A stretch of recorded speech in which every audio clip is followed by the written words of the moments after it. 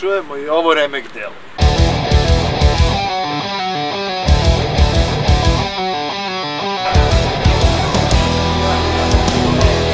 Šta je ovo, novi Mortal Kombat, a? Sjećam se dana iz kafana, sjećam se dana ona i ja u Vili Marija. Na slobodi demokratija, u zatvoru udija. Šalju mene efektne, za politički nekorektne. Metalac Gornji i Milanovac, Metalac Gornji i Milanovac.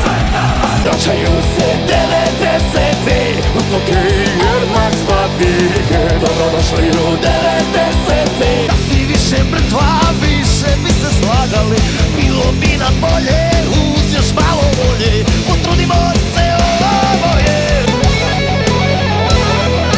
Jesu sluške okej ili šta?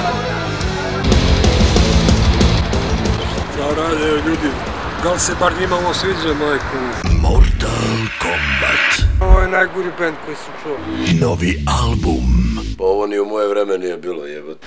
14 novih pesama. Ovo je najgori trash koji sam ja čuo u životu. Uskoro u prodaji. Pršu pičku materinu.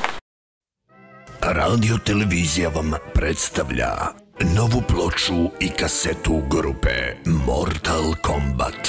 Čuvari tradicije i gitarskog zvuka, još jedan dragulj u popularnoj ediciji ljubavnih pesama sa 14 nezaboravnih numera. 90. Da si više mrtva, sam protiv svih, kraj. I još 15 mega hitova na CD izdanju najlepše ljubavne pesme grupe Mortal Kombat.